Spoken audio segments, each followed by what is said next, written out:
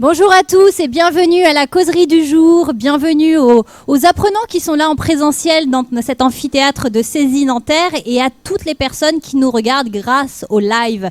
Nous avons particulièrement notre campus d'Orléans qui nous suit chaque semaine, mais également nos collègues des 25 autres campus en France, vos tuteurs, des institutionnels, des réseaux donc professionnels et personnels. N'hésitez pas à diffuser le lien live qui est gratuit et qui permet de voir l'ensemble du programme des causeries avec un simple clic à 13h.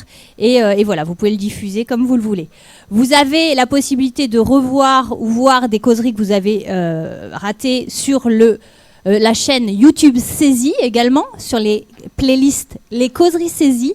Vous avez la possibilité donc d'avoir, voilà, aujourd'hui on a peut-être 30 causeries disponibles, donc n'hésitez pas à y aller pour vous informer un petit peu sur ce qui s'est passé jusque-là.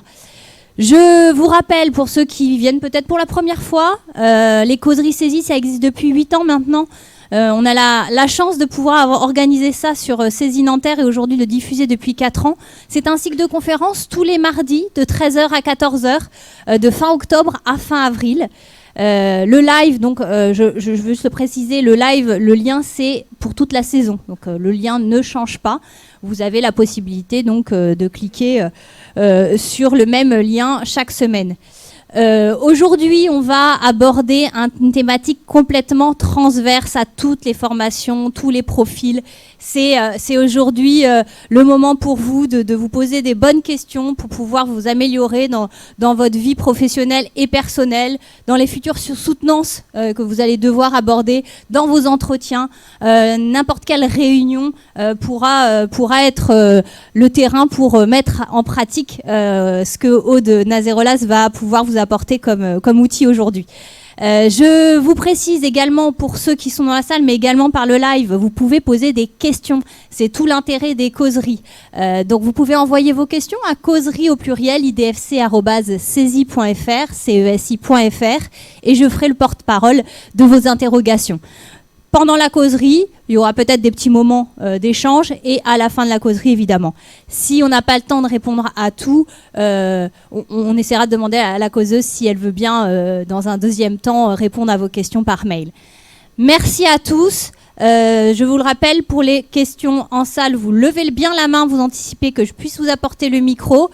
Et puis n'hésitez pas, on est là pour échanger, on est là pour partager et on est là pour vous apporter des outils qui vous feront avancer dans votre vie. Merci à Aude d'être là pour la 3e année consécutive. On peut l'accueillir chaleureusement. Merci. Bonjour. Merci Héloïse. Bonjour à tous. Je suis ravie de vous accueillir aujourd'hui pour 3 raisons. La première, c'est que j'ai des vrais gens en face de moi. Et ça n'a pas de prix par rapport à l'année dernière où j'étais face à un amphi vide, effectivement. La deuxième, c'est que vous êtes démasqués. Ça, c'est vachement sympa aussi parce que justement, je vais pouvoir avoir plus d'interactions avec vous et c'est chouette. Et la troisième, c'est que je crois que c'est la première fois de ma carrière que je vois un amphithéâtre plus rempli devant que derrière. Donc pour ça, je vous félicite. Je sens que ça va être un très bon groupe. Donc vraiment, bravo. Bravo à tous. Je ne sais pas si c'est que pour moi ou si c'est toujours comme ça, mais... Alors moi je m'appelle Aude, je suis déjà intervenue au Césy donner quelques cours sur les risques psychosociaux. Et c'est un sujet dont on parle beaucoup et que la crise a beaucoup démocratisé et mis au devant de la scène. Quelques chiffres juste pour commencer. Alors moi je suis spécialisée dans le burn-out. Vous avez entendu forcément ce terme. Et l'idée aujourd'hui ça va être de mieux comprendre un petit peu ce que c'est et surtout comment on y arrive, mais surtout comment on évite d'y arriver. C'est un peu l'idée. Donc je fais des formations en entreprise et également je reçois à Courbevoie, donc juste à côté, on est voisins, des particuliers qui sont particulièrement en souffrance au travail.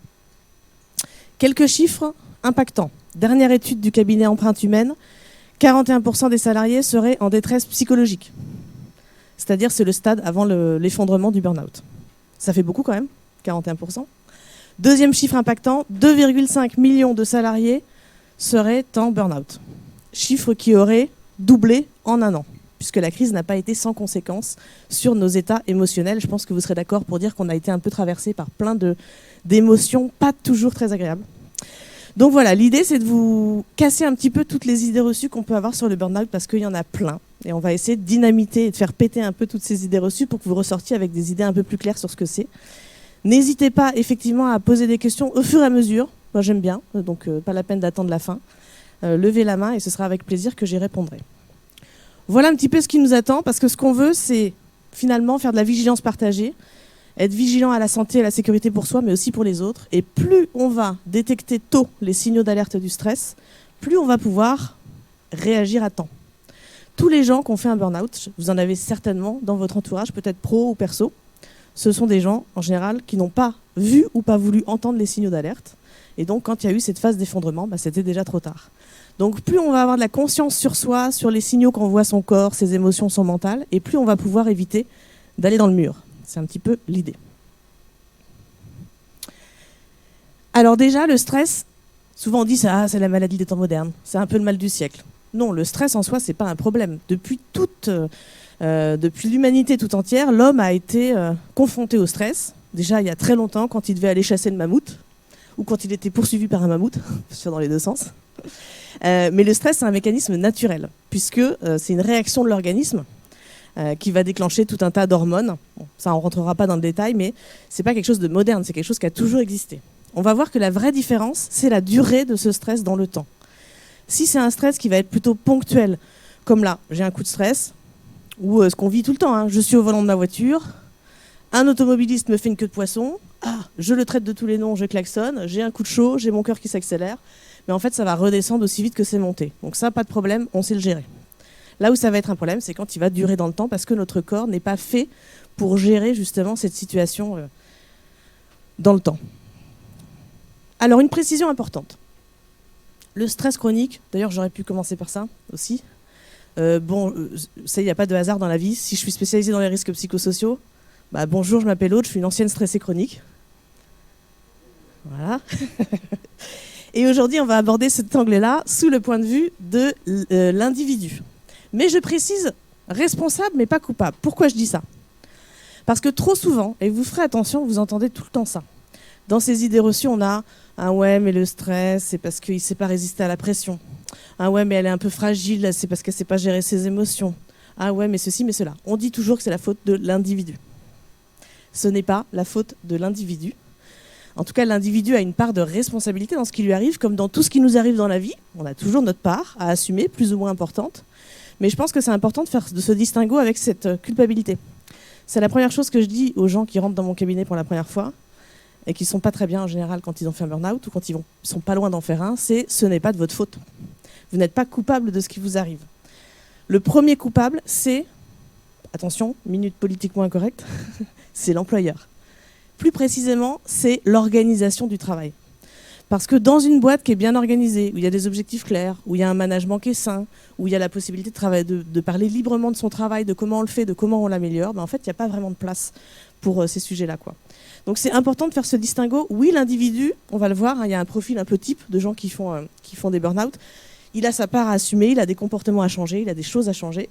Mais en fait, la question, c'est est-ce que quand le salarié il est rentré dans la boîte, le premier jour, est-ce qu'il était comme ça par rapport au moment où il s'effondre ? En général, non, puisqu'il y a tout un processus de contexte qui va le mettre dans cette situation-là. Voilà, donc c'est pour ça que c'est important. Et ça, vous allez voir, hein. Regardez les actions que mettent en place les entreprises en faveur du stress, contre le stress ou le burn-out, c'est souvent des actions qui visent les individus. On va faire une petite formation de gestion du stress pour les individus. Alors oui, c'est utile, hein. C'est intéressant de les outiller pour mieux gérer le stress, mais ça ne règle pas le problème de fond. Si je ne m'entends pas avec mon manager, ou s'il a un management toxique, ou si je n'ai pas les moyens de bien faire mon travail, ça ne changera pas le fond en fait. Voilà, donc vous voyez cette notion de distinguer le collectif et l'individu. Premier coupable, le collectif, et responsable évidemment l'individu. Donc voilà une précision qui était importante. Alors dans les autres idées reçues à balayer, je crois que la pire, c'est ça touche les personnes fragiles. Comme si c'était des pauvres petites choses toutes fragiles qui n'étaient pas capables de résister à un environnement contraignant. C'est faux. C'est tout l'inverse. Le burn-out touche des gens particulièrement forts, particulièrement résistants. Ce sont des rouleaux compresseurs qui ont des limites extrêmement lointaines. Et c'est ça qui va les mener dans le mur, justement. Ça va au niveau du son, hein ? Ça me paraît un peu fort, mais bon. Donc non, le burn-out, ça touche les personnes fortes. Ça, c'est première idée à casser. Deuxième idée à casser, c'est dans la tête. Bon, ça c'est connu, c'est un mécanisme physiologique. On le sait que corporellement, il se passe plein de choses au niveau hormonal. D'ailleurs, on est capable aujourd'hui de mesurer le taux de cortisol dans le corps. Vous avez entendu parler du cortisol ? Oui, non ? C'est ce qu'on appelle l'hormone du stress. C'est une hormone qui est naturellement sécrétée par les glandes surrénales. Les glandes surrénales, c'est les glandes au-dessus des reins. Et quand on est sous stress, on surproduit ce cortisol qui a la charmante caractéristique de détruire les neurones. Et des neurones, on en a dans le cerveau, mais aussi dans le cœur et aussi dans le ventre. Et en général, il n'y a pas de retour arrière possible. Une fois que c'est détruit, c'est détruit. Et on est capable maintenant de mesurer, grâce à une prise de sang, si on est stressé ou pas. Ça, peu de gens le savent. Moi, je sais parce que mes patients, ils font ces tests-là en laboratoire. Donc, prise de sang, on mesure le taux de cortisol et ils vont faire ce qu'on appelle, ça c'est pour votre culture générale, un test de freinage. Test de freinage, ils prennent un comprimé et 1 heure après, ils refont une deuxième prise de sang. Si le taux de cortisol a chuté, ça veut dire que c'est lié aux glandes surrénales et donc là, il y a un traitement médicamenteux. Si le taux de cortisol reste haut, ça veut dire que c'est uniquement lié au stress. Ordonnance, méditation, relaxation, se faire plaisir, écouter ses besoins. Oui, il y a une question par là. On attend juste le micro. Non, pas d'accident de travail pendant ma causerie.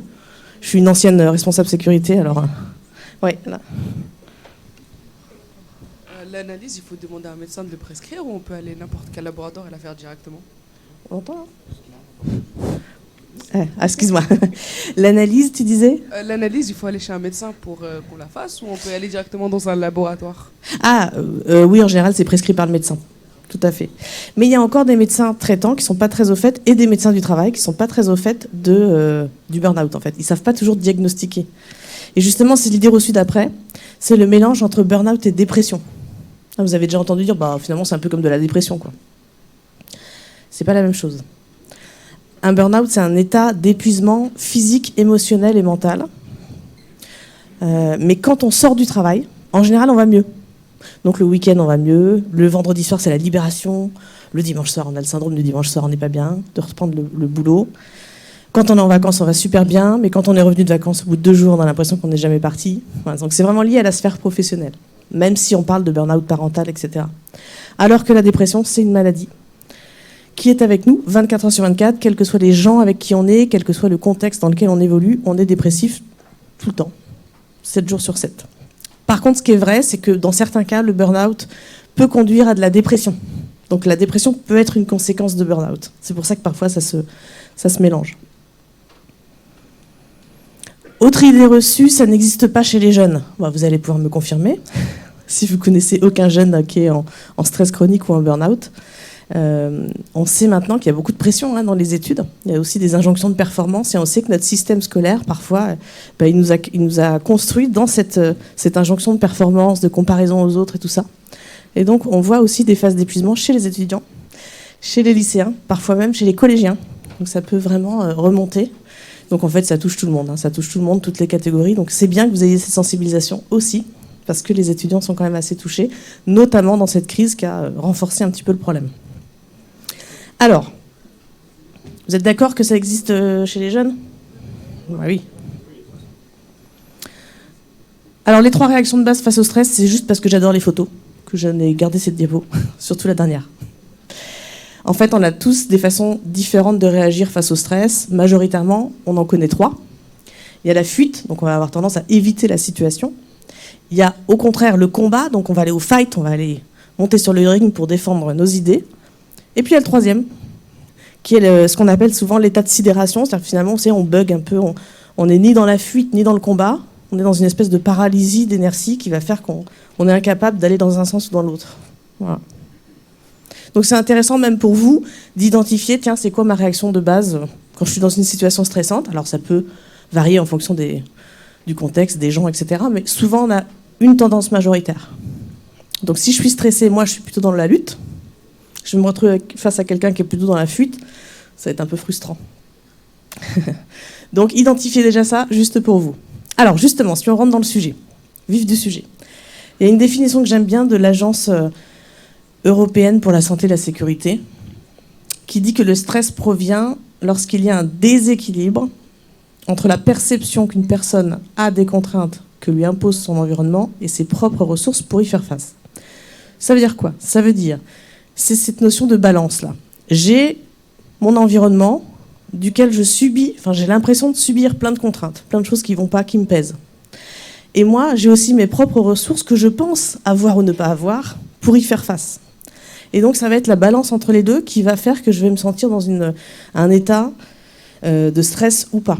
Mais vous voyez que c'est qu'une histoire de perception. C'est la façon dont je perçois mon environnement et c'est la façon dont je perçois mes ressources à moi, en fait. C'est pour ça qu'on parle souvent de troubles de l'adaptation. C'est pas très juste parce que ça voudrait dire qu'on n'arrive pas à s'adapter au contexte. C'est vrai, hein. Mais en gros, c'est quand on est dépassé par la situation et qu'on a l'impression qu'on est face à la montagne en short et en tongs. C'est à peu près ça, le stress. Donc comment est-ce qu'on va la monter? Il va falloir mettre un peu d'équipement pour pouvoir la monter. J'ai l'impression que j'ai pas les moyens de faire face à la situation et je me sens dépassée, j'ai l'impression que je vais pas y arriver en fait. Je pense que c'est des situations professionnelles ou personnelles qu'on a tous connues au moins une fois dans sa vie. Et c'est bien la difficulté pour les entreprises de traiter ce sujet, puisqu'on est tous différents face au stress. Donc ce qui va stresser l'un ne va pas forcément stresser l'autre. On a des expériences différentes, des cultures différentes, des personnalités différentes, des limites différentes, des seuils de tolérance qui varient. Donc c'est pour ça que c'est tellement difficile en entreprise de s'occuper de ce sujet. Une autre définition qui finalement est assez récente, c'est celle de l'OMS. Alors vous voyez, mai 2019, c'est quand même hier, quoi. Ils ont enfin sorti une définition du burn-out, qu'ils ont caractérisé comme étant le résultat d'un stress chronique qui n'a pas été correctement géré. Autrement dit, si je suis dans un état de stress qui va durer dans le temps et que je ne fais rien, fatalement, à un moment ou à un autre, il va y avoir une phase d'épuisement. La seule inconnue, c'est quand ça va se casser la gueule. Alors, est-ce que ça va s'effondrer au bout de 6 mois, au bout d'1 an, au bout de 5 ans, au bout de 10 ans? Moi, je connais tous les extrêmes. Je connais qu'on fait le processus en 6 mois, premier job, cramé en 6 mois.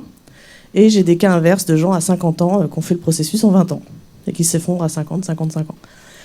Et ça, on ne peut pas le savoir à l'avance.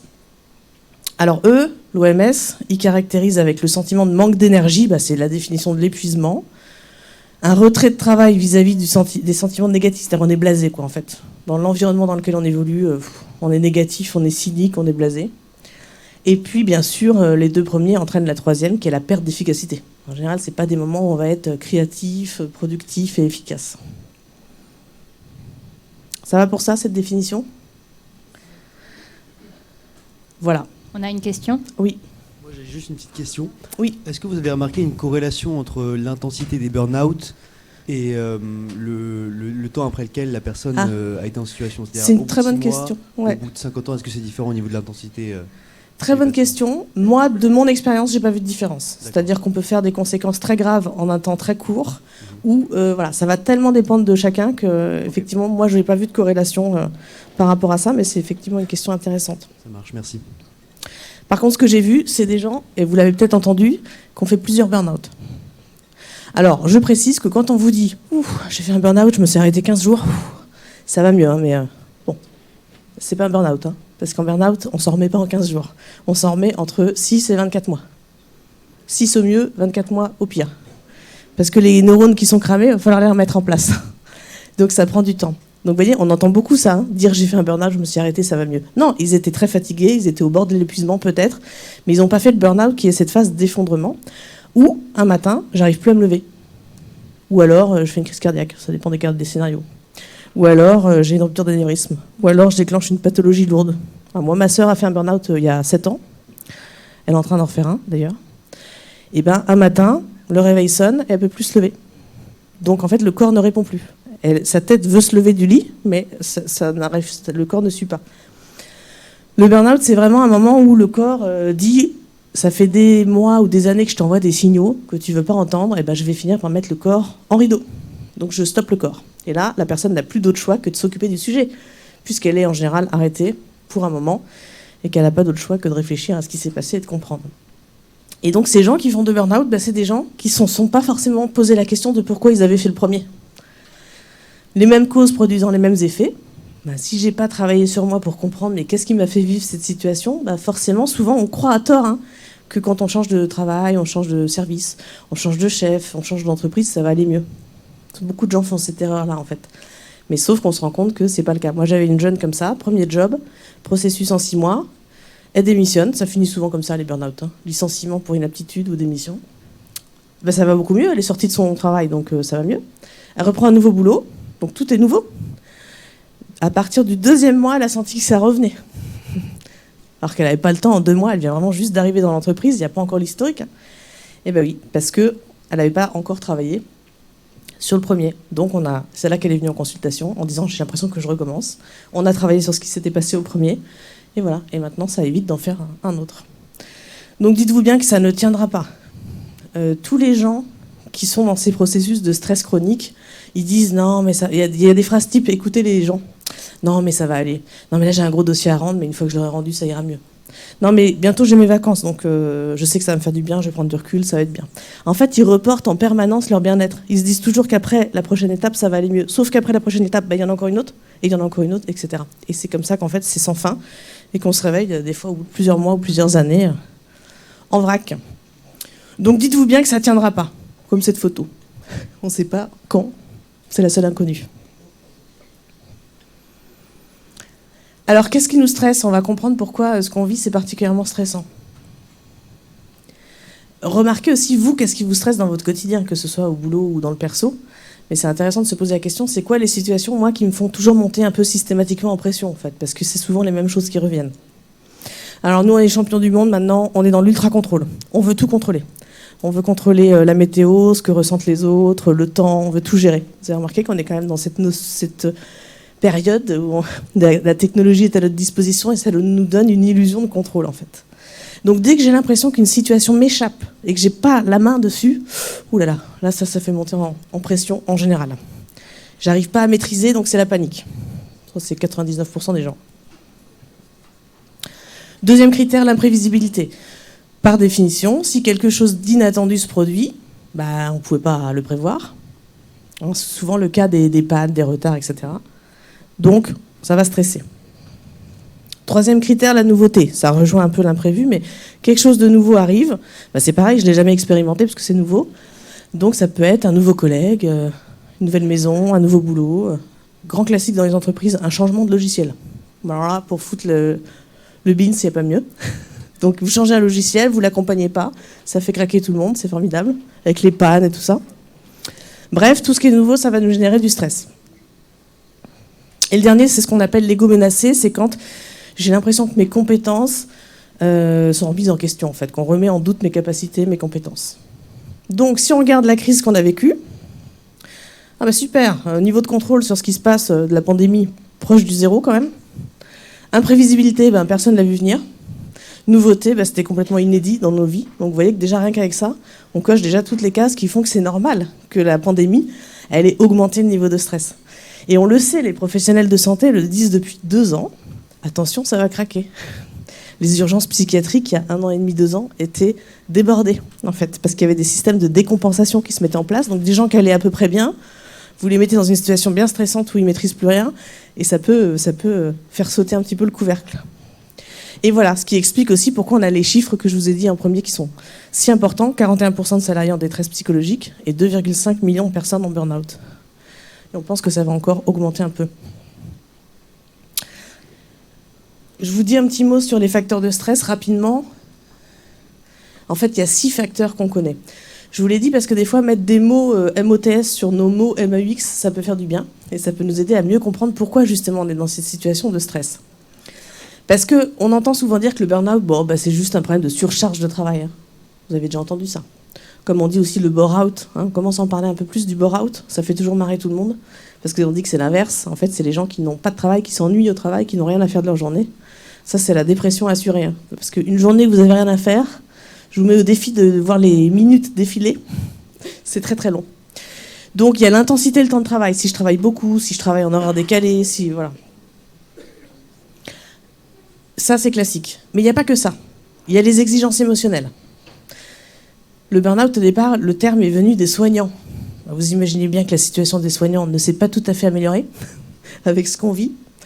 Mais parce que justement, quand on soigne les autres, on est obligé de cacher ce qu'on ressent. Parce que si on a quelqu'un qui pleure et qui souffre, et que nous, on pleure et on souffre en même temps que lui, c'est comme moi dans mon cabinet. Si je me mets à pleurer avec les gens que j'accompagne, je ne vais pas être très aidante, quoi. Donc forcément qu'on est obligé de masquer un petit peu ce qu'on ressent. Mais ça peut générer de la tension intérieure, quoi. Aussi, grand classique des exigences émotionnelles, vous savez, c'est les plateformes de service client, les SAV, quand on appelle et qu'on n'est pas content. Et donc on est en colère, et donc en général on enguirlande le mec qu'on a au bout du téléphone, qu'on a au bout du fil. Et donc la personne, elle ne peut pas répondre sur le même ton, évidemment. Elle doit calmer un petit peu le jeu et faire tomber la pression. Donc il faut qu'elle ait une bonne gestion émotionnelle aussi. Voilà. Tout ça, c'est le fait de devoir cacher ses émotions. Et c'est vrai qu'en entreprise, les émotions, c'est pas forcément le truc qu'on met le plus en avant. Souvent d'ailleurs, alors on le dit moins maintenant, mais avant on entendait les émotions, ça doit rester à la porte de l'entreprise. C'est une grosse aberration. Puisque ce qui fait que on est des êtres humains, c'est parce qu'on ressent des émotions, sinon on serait soit une table, soit un sociopathe. Donc heureusement qu'on ressent des émotions. C'est ce qui fait notre humanité. Mais bon, Dieu merci, grâce à la crise, bénéfice collatéral, on fait énormément de sensibilisation d'entreprise maintenant sur les émotions pour apprendre aux gens à comprendre comment ça fonctionne, c'est quoi le message, comment on les gère, etc. Il y avait une question ? Ouais. Oui. Est-ce que c'est pas aussi lié à des phénomènes personnels, parce que là c'est que des phénomènes extérieurs. Est-ce que c'est pas aussi un peu à cause de, je sais pas, d'un manque de mental, si on fait un burn-out ou d'un manque de mental, c'est ça que tu as dit ? Voilà, est-ce que c'est pas aussi lié aussi à nous et pas que à des phénomènes extérieurs oui. Comme on le voit. Voilà. Tout à fait. Alors, il y avait 2 questions dans ta question, c'est est-ce que c'est que du professionnel ? En fait, non. On sait que les burn-out c'est multifactoriel. Et aujourd'hui, c'est pas reconnu. Alors, ça peut être reconnu comme une maladie professionnelle, mais c'est pas dans le tableau des maladies professionnelles. Pourquoi ? Parce que justement, on sait pas toujours faire la distinction entre ce qui vient du perso ou ce qui vient du pro, en fait. Et en général, les deux se cumulent. C'est-à-dire, je vais bien au boulot, ça se tient à peu près, mais j'ai un problème perso qui commence à se mettre en place, et là, ça va faire dériver le pro. Vous voyez ? Donc, moi, j'ai la conviction que les deux sont toujours liés. Et après, c'est ce qu'on va voir après. Il y a effectivement quelque chose dans nos comportements qui vont favoriser ce burn-out-là. Ce n'est pas un problème de mental, vous allez voir que on va y venir juste après. Le manque d'autonomie, 3e facteur, il y a des gens qui ont besoin d'être super autonomes pour bosser. Donc on leur fout la paix et puis ils avancent à leur rythme. Et puis à l'inverse, il y a des gens qui, si on les laisse trop tout seuls, ils vont paniquer et ils ont besoin de cadre. Donc en fait, en fonction de notre besoin de degré en autonomie, ça peut générer du stress. Rapports sociaux et travail dégradé, c'est l'ambiance. Vous savez, quand on fait des enquêtes de satisfaction auprès des collaborateurs, qu'est-ce qui arrive en premier comme facteur de motivation ? La réponse était dans la question. Non, parce que les gens souvent croient qu'on cite le salaire en premier. Le salaire, il arrive en 6e ou 7e position. Avant, il y a tout ce qu'il y a de soft skills. Il y a l'ambiance de travail, la relation avec mon chef, la relation avec mes collègues, la reconnaissance, d'autres avantages, le respect. C'est cité avant. Donc il y a plein d'autres choses avant. Donc là, évidemment, si j'ai un management toxique, si j'ai une mauvaise ambiance, si j'ai du harcèlement moral ou sexuel, c'est dans les facteurs de stress classiques. Et puis on arrive à la première cause de burn-out en France, le conflit de valeurs. Vous voyez, on n'est pas sur la surcharge de travail, là. Conflit de valeurs, j'ai l'impression que je fais le grand écart entre ce que je suis et ce qu'on me demande de faire. Je vous fais des exemples un peu grossiers pour comprendre, mais je suis... mais c'est du vécu. J'ai des valeurs, donc les valeurs, c'est quelque chose qui nous constitue profondément. C'est vraiment ce qui fait notre identité. En général, on y est vraiment attaché. J'ai des valeurs d'honnêteté, de justice, d'équité, et on me demande d'antidater un document pour l'inspection du travail. J'ai des valeurs de justice, d'honnêteté, et on me demande de cacher un accident de travail, de ne pas déclarer un accident de travail. Il y a des gens qui vont s'en foutre complètement. Mais par exemple, pour moi, qui avait ces valeurs-là, c'était juste inenvisageable, quoi. Quelqu'un me disait aussi l'autre jour, j'ai travaillé dans une société... j'ai des valeurs environnementales très fortes. Je suis vraiment convaincue par l'écologie, l'environnement. Je fais tout mon possible pour contribuer à la cause. Et puis je me rends compte que ma société est hyper polluante et s'en fout complètement de l'environnement. Ça peut être aussi des choses beaucoup plus larges, quoi. Donc ce conflit de valeurs, c'est vraiment aussi... Du coup, je ne suis pas fière de mon travail ou je ne suis pas fière de l'entreprise dans laquelle je suis parce qu'elle ne répond pas à ce que je suis, en fait. Ça va, c'est clair, cette notion de conflit de valeurs ? Je ne sais pas si ça vous parle. Si vous avez des exemples, n'hésitez pas aussi. Et puis la notion de ne pas pouvoir faire un travail de qualité. Je voudrais bien pouvoir faire un bon travail, mais j'ai l'impression qu'on ne me donne pas les moyens de bien faire mon travail. Soit je n'ai pas les moyens techniques, humains, soit on me donne des délais qui sont complètement aberrants par rapport à ce qu'il y a à faire, etc. Donc ça va à chaque fois me mettre dans des tensions psychiques qui vont être un peu compliquées. Et le 6e facteur, c'est l'insécurité. Donc là, le chômage partiel, par exemple, ça va rentrer dedans, ce qu'on a connu. Le fait des fusions-acquisitions. Vous savez, quand on achète une nouvelle boîte, connaissez Koh-Lanta, la tribu jaune, la tribu rouge. Et après, il y a quoi? La tribu blanche, c'est les réunifiés. Elle n'existe jamais, la tribu blanche, vous êtes d'accord? Ça reste des anciens rouges et des anciens jaunes. Bah, dans les entreprises, c'est pareil. Ils acquièrent des nouvelles boîtes, et comme ils font ça comme des sauvages, et qu'ils n'accompagnent pas du tout l'intégration, souvent, hein, je ne fais pas de généralité, et ben ça reste qu'il y a des frictions entre les anciens. Pour prendre l'exemple de ma sœur qui a fait un burn-out, elle travaillait dans une grande banque, chez BNP, pour ne pas les citer d'ailleurs, qui avait racheté Fortis. Fortis, c'était une banque belge. Et en fait, en reprenant contact des années après avec un ancien collègue, le collègue lui a avoué, écoute, on avait des consignes de dézinguer tous les anciens Fortis, de les pousser à la démission. En fait. Et un peu comme France Télécom. Rappelez, France Télécom, première entreprise française du CAC 40, à être à condamnée pour harcèlement moral institutionnel. C'est-à-dire, on reconnaît que l'entreprise a fait une politique généralisée pour pousser les gens à la démission, pour éviter de payer des licenciements. Voilà, c'est ça. Hein. Donc, c'est débile. Il faut vraiment sortir de ces situations déshumanisées. Ou la peur de perdre son boulot, etc. Donc c'est intéressant pour vous, je vous invite à vous demander, tiens, c'est quoi mon ou mes facteurs de stress? Souvent, il y en a un ou deux qui ressort. Parce que si jamais demain, vous vivez une situation de stress, le fait de comprendre pourquoi ça vous met dans cet état-là, ça peut être aussi aidant pour vous de mettre des mots en fait, sur ça. Et puis, je voulais vous dire un petit mot sur les drivers. Parce que les drivers, c'est ce qu'on disait justement la question tout à l'heure.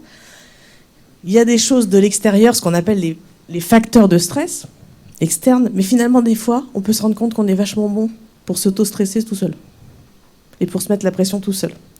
Donc pour ceux que ça intéresse, je vous renvoie vers l'analyse transactionnelle, qui est un super outil très facile à comprendre, qui dit que finalement, quand on arrive sur Terre, dès qu'on est, on se rend très vite compte que la vie est une jungle. Donc il va falloir qu'on mette en place des stratégies pour survivre dans la jungle.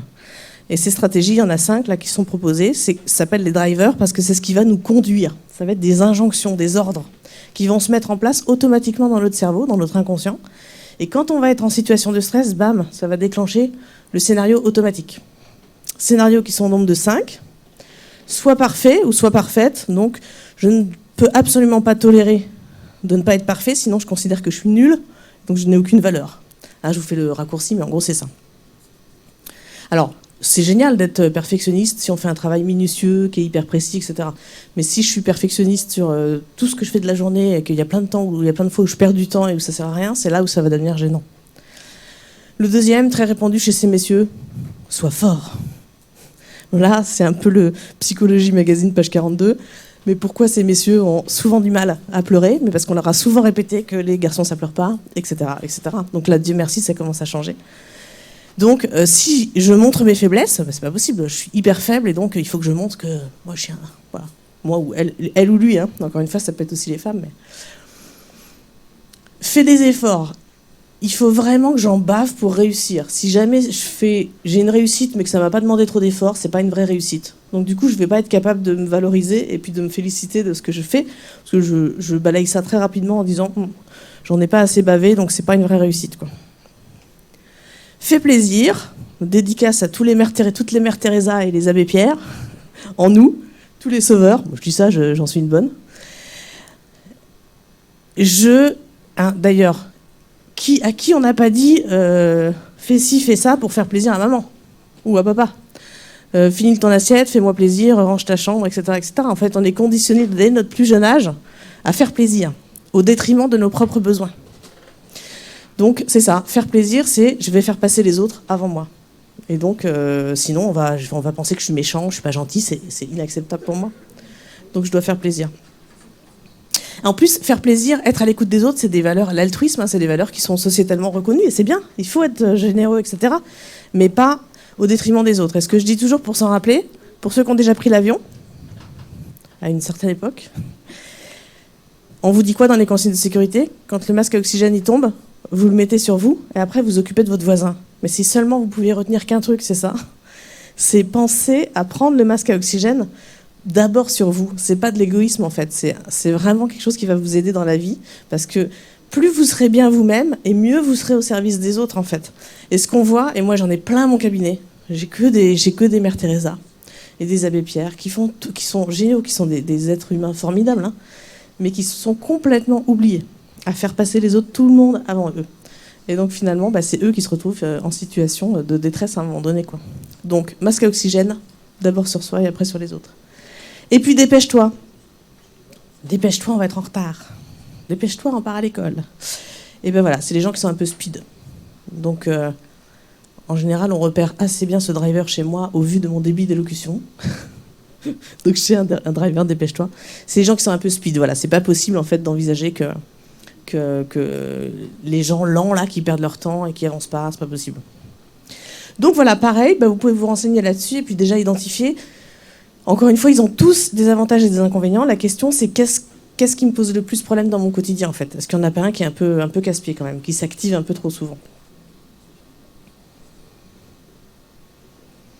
Donc finalement, pour résumer, le stress, c'est assez simple à comprendre, hein. On a le stade 1 qui est le stade d'alerte, c'est ce que je vous disais, le petit coup de stress au volant. Ou alors effectivement, vous avez votre soutenance, votre mémoire à faire à l'oral, etc. Vous allez avoir un coup de stress ponctuel. Alors souvent, on me pose la question, hein, le bon et le mauvais stress. Est-ce qu'il y a du bon stress, du mauvais stress? Moi, j'aime pas ce terme-là. J'utilise le terme de stress ponctuel et stress chronique parce que le stress ponctuel, notre corps, il est parfaitement habitué à le gérer. Ça nous met un petit coup de boost, un petit coup d'adrénaline qui fait qu'on va être dans l'action, et c'est plutôt positif. Là où ça va poser problème, c'est quand il va être chronique et qui va durer dans le temps. Et qu'on va avoir du mal à faire ces rechutes qui nous permettent de nous ressourcer, en fait. On va être un flux tendu tout le temps. C'est comme si on va nous demander de courir un marathon, mais il n'y a jamais de ligne d'arrivée. Vous voyez, on est en sur-régime, en fait, tout le temps. Donc là, notre santé, elle va sérieusement en prendre un coup. Et si on ne fait rien à ce stade-là, c'est ce que dit l'OMS, hein, là, on risque d'avoir le stade d'effondrement, où là, c'est la prise en charge médicale et le retour arrière est beaucoup plus long. D'où l'intérêt de vraiment identifier ces signaux d'alerte au stade 2. Et moi, j'ai rajouté un 4e stade, qui est le stade 0, que j'ai appelé le stade plaisir. Pourquoi? Parce qu'on oublie qu'en fait, à la base, les gens qui s'épuisent, c'est souvent parce qu'ils aiment ce qu'ils font. C'est pour ça qu'il y a beaucoup de burn-out chez les entrepreneurs. Et d'ailleurs, moi-même, j'ai pu expérimenter que c'était pas facile, effectivement, parce que quand on aime ce qu'on fait, on compte encore moins. Moi, combien d'entrepreneurs me disent aussi je travaille 60 heures par semaine, je travaille le week-end, je travaille les jours fériés. Mais c'est pas grave, parce que j'adore ce que je fais. Oui, mais c'est pas le problème, en fait. Quand bien même on adore ce qu'on fait, on a besoin d'avoir des moments de ressourcement, des moments de repos. Et j'entendais un philosophe qui disait ça, je trouvais que c'était assez juste.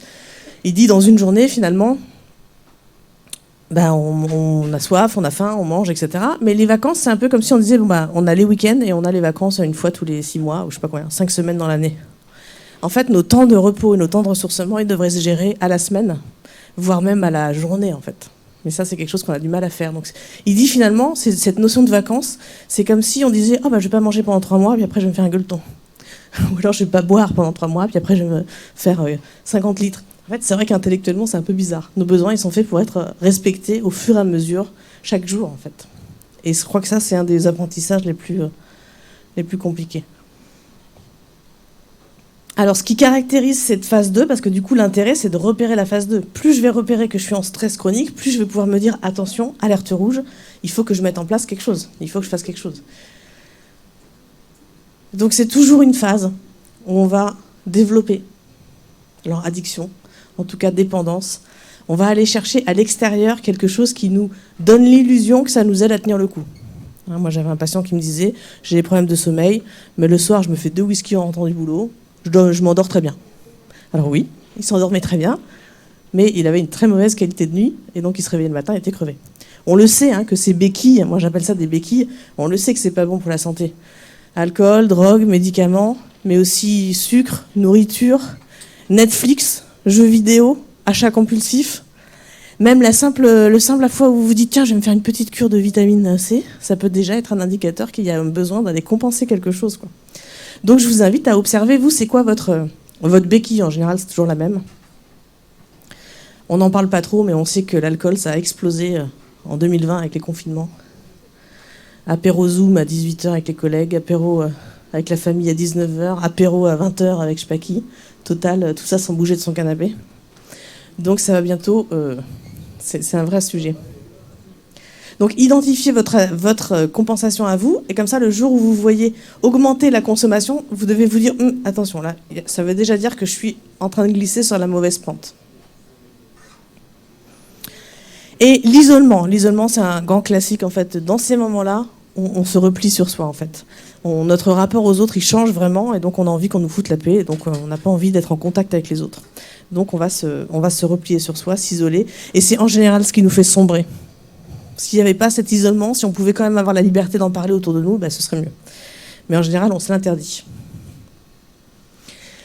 Et alors ça c'est un peu le cœur du sujet, c'est des exemples de signaux d'alerte qu'on peut trouver, ça c'est moi qui l'ai fait à partir des observations cliniques que je fais depuis 10 ans, de ce qu'on retrouve le plus. En fait, chaque personne va avoir ses propres signaux d'alerte. Mais c'est vrai qu'on se rend compte que souvent, il y a des choses qui sont récurrentes. Et ce qu'on se rend compte aussi, c'est que quand vous avez un signal d'alerte, quand vous sortez de la période de stress chronique, quand vous revivez une période de stress, c'est souvent les mêmes symptômes qui reviennent en fait.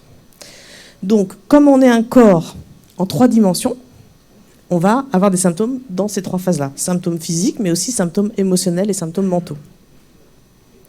Alors, pas de panique, c'est pas parce que vous avez des symptômes qui sont là que vous êtes au bord du craquage. C'est pas forcément lié. Et il peut y avoir des symptômes qui sont pas dedans. Donc les 2 classiques qu'on cite souvent, troubles du sommeil. En général, j'ai du mal à m'endormir ou j'ai des insomnies. Et mal de dos. J'en ai plein le dos. Le corps parle, toujours. Autre classique aussi, c'est le ventre. Vous avez déjà entendu dire que le ventre, c'était le 2e cerveau ? Ou c'est le centre des émotions, on dit aussi. Parce que quand il y a des émotions qui ne sont pas exprimées, ça prend en général beaucoup sur le ventre. Estomac, intestin. La fatigue chronique.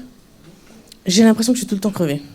Je me lève le matin, je suis fatiguée. Je rentre de week-end, je suis fatiguée. On se traîne une espèce de fatigue. Alors, je sais que particulièrement en ce moment, après 2 ans de pandémie, beaucoup de gens expriment leur fatigue. Alors, je ne sais pas si ça vous parle aussi. Mais en tout cas, on a l'impression qu'on a du mal à récupérer de cette fatigue de fond. Problème de peau, urticaire, eczéma, zona. Parce que la peau, alors moi je suis, attention, minute perchée. Moi je suis passionnée de décodage biologique. Le décodage biologique, c'est le lien entre le corps et les émotions. Et donc je suis convaincue que notre corps nous parle en permanence et nous envoie tout un tas de signaux. Vous avez des questions par là-bas ? Ah, c'est les symptômes qui font réagir. Il y a du vécu. N'hésitez pas à participer ou à témoigner. Notre corps nous envoie des signaux en permanence, mais on n'a pas appris à l'écouter en fait. Donc notre corps, c'est une machine de guerre. Je pense qu'on est à 5% de la connaissance du corps humain. Mais en fait, en permanence, il nous envoie des informations. Et nous, qu'est-ce qu'on fait ? Au lieu de se poser et d'écouter ce que notre corps a à nous dire, eh ben, on fout un gros mouchoir dessus, hop, on met sous le tapis et on continue d'avancer, comme si de rien n'était. Et ça, c'est dangereux pour notre santé. Voilà. Donc, le lien entre les émotions et le corps, c'est qu'une émotion, elle est faite pour être exprimée. Ça vient du latin ex movere, qui veut dire sortir d'eux. Donc, une émotion, on doit la verbaliser ou l'exprimer d'une autre façon. Et si on ne le fait pas, elle risque de se mettre dans le corps. Et petit exemple, moi, quand j'étais en période de stress chronique, j'étais tout le temps malade, alors que j'allais jamais chez le médecin pendant des années. Puis un jour, je me suis dit, quand même, c'est bizarre, je vais regarder combien de fois j'ai pris des antibiotiques, parce que ça me paraissait un peu énorme. Bon, il se trouve que j'avais pris 12 fois des antibiotiques en 2 ans. C'est un beau score, quand même. Sauf que c'était pas tout. Quand j'ai regardé, je me suis aperçue qu'en fait, 12 fois, les pathologies, c'était toujours au même endroit. La gorge. Angine à répétition, trachéite, pharyngite, laryngite, enfin tout ce qui passe par la gorge, quoi. Et sur le coup, j'ai pas compris en fait, mais je pense que mon corps m'envoyait vraiment un grand signal qui était la difficulté que je vivais dans mon boulot. Et d'ailleurs, il y a une phrase que je répétais à longueur de journée. Faites très attention à la façon dont vous vous adressez à votre corps en sa présence. Il entend tout. Je disais tout le temps, ça me reste en travers. Ça me reste en travers de la gorge. Et ça me reste en travers, je n'arrivais pas à avaler, j'étais en conflit de valeurs. Je n'arrivais pas à avaler ce qui se passait. Et en même temps, je n'arrivais pas à exprimer que ça me posait problème. Parce que 12 fois au niveau de la gorge, moi, je ne crois plus au hasard. Peut-être vous, oui, mais moi, non. Donc, effectivement, le corps nous envoie tout le temps des informations et nous, on ne les écoute pas. Et c'est comme ça qu'on se prend le mur, en fait. Ça peut être aussi, voilà, donc vous êtes jamais malade et puis vous voyez que vous chopez un peu tout ce qui traîne, même si c'est des trucs pas graves. On dit toujours, il y a le rhume, il y a le rhume de saison, il y a la rhinite allergique de printemps, il y a l'angine d'hiver, mais en fait, on pourrait ne rien avoir. Ça prouve que notre système immunitaire, il est affaibli si on commence à choper un peu tout ce qui traîne. Et on sait que le cortisol, le stress, ça affaiblit le système immunitaire. Donc ça doit être un indicateur aussi de votre santé. Grand classique aussi, les maux de tête, les migraines. Beaucoup signe s'il y a des gens qui ruminent beaucoup. Vous voyez, qui sont vraiment dans la tension psychique, ça crée vraiment une compression crânienne. Hernie discale, sciatique, enfin voilà. Donc la langue française est très riche d'expressions qui parlent du corps. On a une question ? Oui. Alors justement, une fois qu'on remarque ces symptômes-là, comment on fait pour se débarrasser du stress ? Ouais, c'est une bonne question. C'est la diapo juste d'après. Merci. Oui, mais c'est pour ça que j'insiste sur le plus dur, c'est de le détecter. Je finis juste sur les symptômes émotionnels. Donc là, ça va être plutôt crise de larmes, crise de colère, irritabilité. Vous voyez, on est quand même super réactif en fait quand on est sous stress. On est anxieux. Notre rapport aux autres, il change. Hein. On devient un peu jaloux, un peu envieux. Enfin voilà, les autres, c'est pas trop nos copains, quoi. C'est un peu la théorie du complot. Ouais, ils se sont tous donné le mot pour m'enquiquiner. Voilà, on devient un peu parano. Et puis mentalement, là, c'est clair qu'il y a des atteintes cognitives, puisque le stress, le cortisol détruit les neurones. Trouble de la mémoire, trouble de la concentration. Vous savez, la pièce jointe qu'on oublie avec le mail, là, on le fait 3 fois dans la journée, au lieu d'1 fois par mois. On n'a pas envie de rigoler, on n'a pas d'idées nouvelles, on n'est pas créatif. Et on va faire des fixettes. On a tous fait des fixettes. Hein. Un petit truc qui s'est passé dans la journée, et hop, c'est parti. Alors, la nuit, c'est encore plus sympa. Et on va refaire le film de tout ce qui s'est passé en mode « Oh là là, putain, il m'a dit ça, mais j'aurais dû lui dire ça, etc. Mais pourquoi j'ai pas dit ça ?» Et c'est parti. Voilà. Et on va bloquer sur des détails. Voilà, des choses qui, en temps normal, nous paraîtraient complètement anodines, on va vraiment fixer dessus. Donc je vous invite à repérer votre propre signal, parce que souvent c'est le même qui revient. Et même si c'est un signal qui paraît, en apparence, anodin, ça vaut le coup de creuser. Vous trouverez beaucoup de choses autour de la symbolique des organes et de la symbolique du corps. Et franchement, c'est très intéressant et ça donne vraiment des pistes. Et faites attention aux expressions que vous utilisez. Ça me reste en travers, j'en ai plein le dos, ça me prend la tête, je peux pas le voir, je peux pas le sentir. C'est pas anodin quand on dit ça, parce que notre inconscient, il entend tout. J'ai une question via le live, Ouais. de Nancy, qui demande bonjour, j'envisage de devenir chef de projet certifié à l'issue de mon cursus aujourd'hui. Ce type de fonction implique souvent de grosses pressions. J'ai déjà pratiqué ce type de poste par le passé, mais à moindre niveau. La fonction est très intéressante, stimulante et me plaît beaucoup. Pourtant, il m'arrive d'avoir des troubles de sommeil ou de ressentir du stress. Comment être sûr de ne pas me tromper de voie ? Est-ce que ce type de profession est fait pour moi ou l'inverse d'ailleurs ? Donc, c'est la question qui est... C'est un peu... Alors, on a encore 1 heure, c'est ça ? Très bonne question. Et merci Arnaud pour cette question. Très bonne question. Difficile d'y répondre rapidement, mais juste pour donner la tendance... il faut juste distinguer est-ce que c'est du stress ponctuel ou du stress chronique. Si c'est du stress ponctuel, parce qu'effectivement il dit qu'il a déjà vécu ça, donc il y a un gros dossier, il y a quelque chose, mais on sait que ça va pas durer et que c'est des phases en fait. Ça c'est un peu classique en fait. Et après on peut apprendre à avoir des outils pour gérer ces pics. Si par contre ça revient de plus en plus souvent et que ces symptômes deviennent vraiment récurrents, voire permanents, là il faut peut-être se poser la question de fond sur est-ce que je suis bien à ma place. Et moi, alors attention, ça c'est mon filtre personnel, ça n'engage que moi, mais moi je dis toujours, si vous voyez une annonce d'emploi, une offre d'emploi où il y a marqué, parce que je l'ai encore vu il n'y a pas longtemps, résistance à la pression demandée ou bonne gestion du stress, moi j'ai envie de dire partez en courant. Parce que vous voyez ce que ça dit de l'entreprise déjà, qu'elle considère que c'est normal qu'on soit sous stress en fait. Et moi je considère que non en fait. Donc voilà, quelques éléments de réponse pour cette question-là. Oui. Attendez le micro, s'il vous plaît.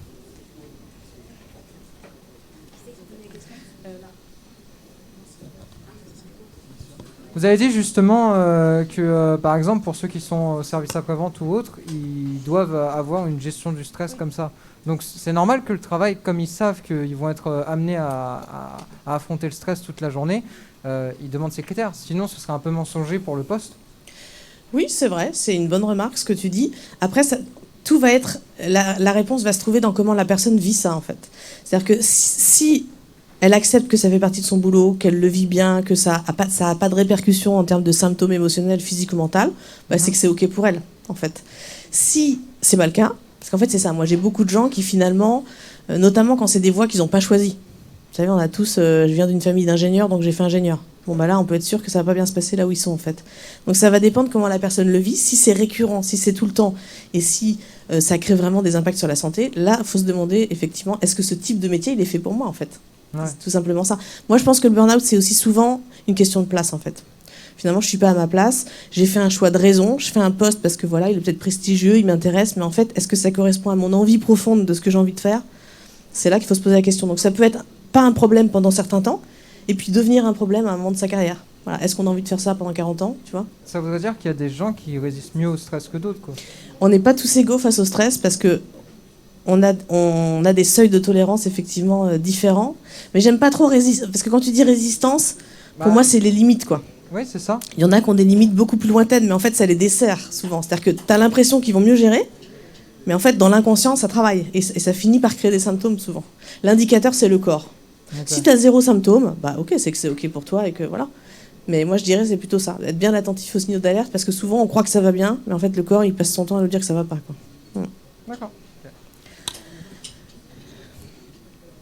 Alors, moi j'aime bien qu'on prenne soin de soi, mais aussi des autres. Donc la vigilance partagée, petit moyen mémotechnique pour se rappeler. Comment savoir si un collègue ou un ami va pas bien? Règle des 3 I. Instabilité. Est-ce que son comportement il change? Avant il mangeait tout le temps avec nous, maintenant il mange un sandwich devant son PC. Est-ce qu'il est un peu réactif, irritable? Il s'énerve souvent, pleure souvent, etc. Et est-ce qu'il se replie sur lui, en fait? Est-ce qu'il se renferme? Ça, c'est vraiment un petit moyen pour se rappeler que quand vous cochez ces 3 cases-là, il faut pouvoir faire attention. Alors du coup, bon, ça je passe rapidement, mais on connaît un peu les profils types de gens qui sont plutôt perfectionnistes, qui ont du mal à demander de l'aide, qui ont une valeur travail qui est très très forte. Hein. Ils se réalisent à travers leur travail, et ce qu'il y a autour, finalement, ça a moins d'importance. D'où l'importance de l'école et du système scolaire dans notre éducation. Gros sujet, difficulté à dire non. Je pourrais faire 3 jours de formation sur comment dire non. Donc ça, c'est vraiment un des sujets les plus classiques. Donc du coup, dire non, c'est apprendre à mettre ses limites. C'est exprimer aussi des fois sa colère. Et ça, on n'a pas toujours appris à le faire. Et du coup, bah voilà, on est tellement occupé dans le travail qu'on n'a pas le temps pour autre chose. Et comme on n'a pas le temps pour autre chose, et ben du coup, on n'a pas la possibilité dans notre agenda de mettre des moyens de régulation qui vont permettre de tempérer un peu tout ça. Alors, quelques pistes pour finir. Donc la première chose à faire, c'est surtout de ne pas rester seul. Si vous ressentez vous-même ou si vous connaissez quelqu'un qui est en mal-être par rapport à ça, bah, parlez-en, parce qu'en parler, c'est déjà une première action. C'est déjà une façon de réagir. Il y a une question par là, je crois. Et Louise? Après, vous allez me dire, en parler, oui, mais à qui? Ça dépend si c'est dans la sphère d'entreprise ou du privé. Allô? Oui. Oui, c'est bon. Ok, super. Moi, je fais de l'informatique parce que j'adore l'informatique, mais le thème du stress, c'est un thème qui m'intéresse de fou.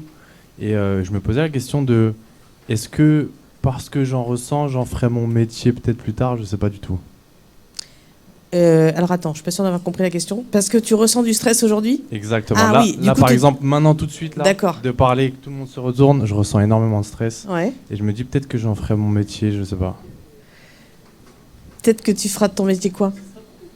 Je parlais du stress. Ah d'accord. Quelle Excuse-moi, pression. je comprends vite, mais il faut m'expliquer longtemps. Quelle pression. Ben pourquoi pas? Ça me... Ça a pas l'air. Une autre question peut-être? Alors la deuxième action que moi je considère comme étant vraiment indispensable, c'est de travailler sur soi. Pourquoi? Tout simplement parce que on maîtrise pas grand-chose finalement dans notre vie. La seule chose qu'on maîtrise vraiment, c'est soi-même en fait. Et on oublie le potentiel d'évolution qu'on a et le potentiel de travail qu'on a sur soi pour mieux se comprendre, pour mieux se connaître, pour mieux comprendre nos mécanismes et nos comportements. Et ça, c'est vraiment une voie importante. Apprendre à gérer ses émotions, parce qu'on n'a pas appris à le faire. Alors heureusement, maintenant, dans les écoles, on commence à apprendre, vous savez, au Danemark, depuis 1993, ils font des cours entre 6 et 16 ans sur l'empathie, sur la communication non violente, sur l'écoute active, etc. Alléluia. Et nous, ça commence tout juste à arriver des décennies après.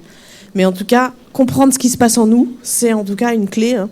Comprendre ses émotions en 2-3 séances, hein, on a compris. Hein. Après, il faut pratiquer. Donc ça, c'est vraiment quelque chose qui, pour moi, peut être important. Et du coup, le bénéfice collatéral, c'est d'exprimer, en fait, mieux je connais mes émotions, plus je suis authentique pour les exprimer, et moins j'ai de problèmes relationnels avec les autres. Parce que beaucoup de stress est lié aussi aux interactions entre les gens, finalement. Et d'ailleurs, souvent on dit, il me stresse, lui. Mais en fait, c'est pas lui qui stresse, c'est un comportement qui vient taper quelque chose en nous, mais c'est pas la personne qui est responsable, quoi. Donc voilà, il faut, pour terminer, trouver ses propres moyens de gérer le stress, et c'est là que le sujet est compliqué, puisqu'on a vu que chacun était différent face au stress. Du coup, ça veut dire que, comme on est tous différents, on a tous des leviers différents. Donc là encore, il n'y a pas de réponse toute faite, chacun doit trouver ses leviers. Ce qui est sûr, c'est qu'on a un rôle à jouer sur notre stressabilité. J'ai piqué ça d'un confrère, je trouvais que c'était intéressant cette formule de stress égale stresseur fois stressabilité. Stresseur, c'est le facteur de stress, ce qui va nous générer du stress, mais la stressabilité, finalement, c'est notre terrain. Est-ce que je suis stressable facilement ou pas? Donc là, on va retrouver tous les sujets de sommeil, d'alimentation, de sport, d'équilibre émotionnel. Tout ce qui va être notre intérieur, ça va jouer sur notre stressabilité. Et donc, plus je vais avoir une stressabilité faible, moins les facteurs de stress vont avoir des prises sur moi, en fait, aussi.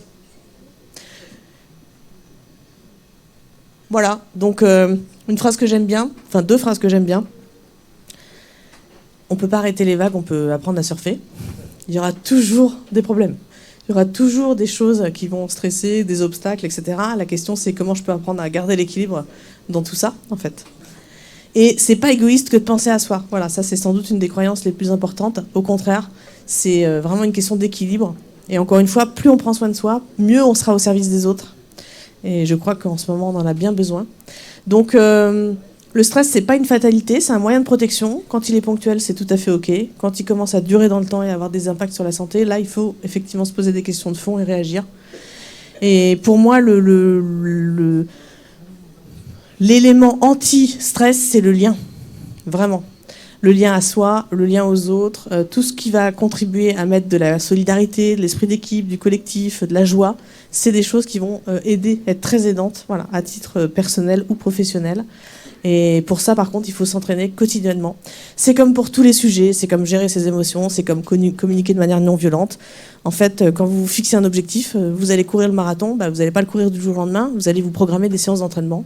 C'est pareil, il faut pratiquer tous les jours et faire un petit pas chaque jour. Donc moi, je vous invite à repartir avec une petite action ou ne serait-ce qu'un élément qui vous a un peu interpellé, où vous dites tiens, ça c'est intéressant, je vais creuser, ou ça, il faudrait que je fasse attention à tel sujet, ou tiens, mon symptôme c'est ça, de repartir avec quelque chose de cette causerie pour que vous puissiez le mettre à profit pour vous-même. Et puis je vous souhaite surtout de prendre soin de vous au mieux possible dans cette période agitée. Merci. Il nous reste 3 minutes, on a une question sur le live. Une personne qui se dit donc hypersensible et qui se demande comment faire la distinction entre les signaux d'alerte de stress et ses émotions, en fait. Très bonne question, je vais botter en touche. Déjà, je lui souhaite la bienvenue dans ce magnifique club des hypersensibles et je lui recommande de lire le bouquin Hypersensible, mode d'emploi. Elle trouvera, ou il trouvera, toutes les réponses à ces questions. C'est très très bien expliqué. Une autre question sur le rôle du manager face au stress de ses collaborateurs.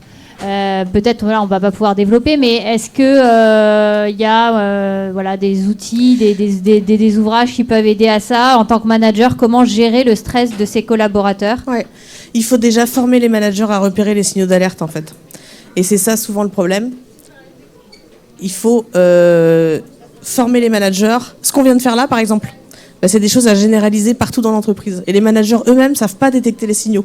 Et après, une fois qu'ils ont détecté les signaux et qu'ils ont vu qu'ils avaient des collaborateurs en stress, là, oui, il y a des choses à faire.